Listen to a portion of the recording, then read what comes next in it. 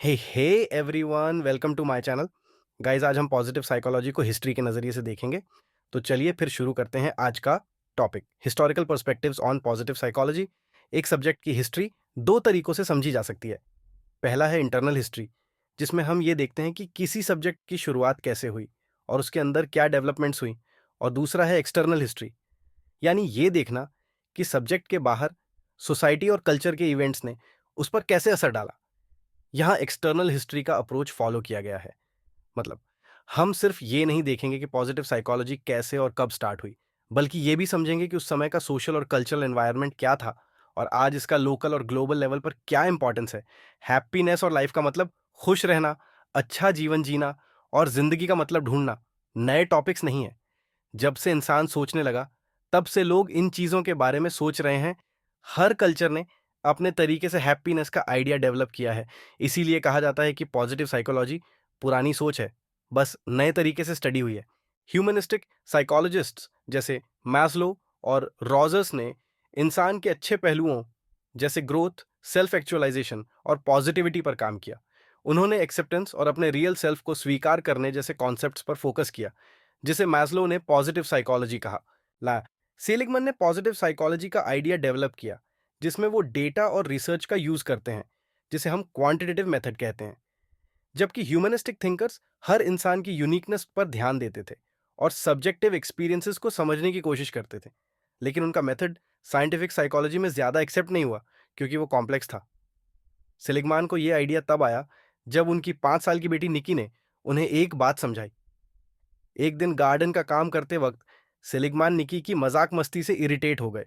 तब निकी ने कहा, डैडी, जब मैं 3 से 5 साल की थी, मैं रोज वाइन करती थी। वाइन का मतलब है शिकायत करते रहना या रोना धोना जैसी आवाज में बात करना। जब मैं 5 साल की हुई, मैंने डिसाइड किया कि मैं वाइन नहीं करूंगी। अगर मैं अपनी बुरी आदत छोड़ सकती हूं, तो आप ग्राउची रहना बंद कर सकते हो। ग्राउची का मतलब है चिड़चिड़ा या जल्दी गुस्सा होने वाला इंसान। इस बात ने सेलिगमैन को डीपली इंस्पायर किया और उन्होंने जिंदगी के पॉजिटिव एस्पेक्ट्स पर काम शुरू किया। सेलिगमैन कहते हैं कि इस इंसिडेंट ने उनके अंदर और उनकी साइकोलॉजी की सोच में एक बदलाव लाया, नेगेटिव इमोशंस से पॉजिटिव इमोशंस की तरफ, जिसका नतीजा पॉजिटिव साइकोलॉजी के इमर्जेंस के रूप में निकला। एक और इंपॉर्टेंट इवेंट जिसने इस नए फील्ड को जन्म दिया, वो था सेलिगमैन का मिहाली चिक्सिंथमिहाली से बीच रिजॉर्ट में एक चांस मीटिंग। चिक्सिंथमिहाली साल 90 फ्लो कॉन्सेप्ट पर काम कर रहे थे, जो ऑप्टिमल ह्यूमन एक्सपीरियंस और फंक्शनिंग से रिलेटेड है। पहले दोनों का कोई पर्सनल इंटरेक्शन नहीं था, लेकिन दोनों एक दूसरे के काम के बारे में जानते थे। इस मुलाकात में दोनों ने साइकोलॉजी के करंट स्टेटस और उसके डायरेक्शन पर दिनों तक डिस्कशंस किए और फाइनली इस बात पर अग्री हुए कि ह्यूमन नेचर के पॉजिटिव एस्पेक्ट्स पर ध्यान देना जरूरी है। सीलिगमैन और चिगजन मिहाली 2000 ने बताया कि साइकोलॉजी ज्यादातर बीमारियों और प्रॉब्लम्स को ठीक करने पर ध्यान देती है, लेकिन खुश और सफल इंसान और कम्युनिटी को इग्नोर करती है।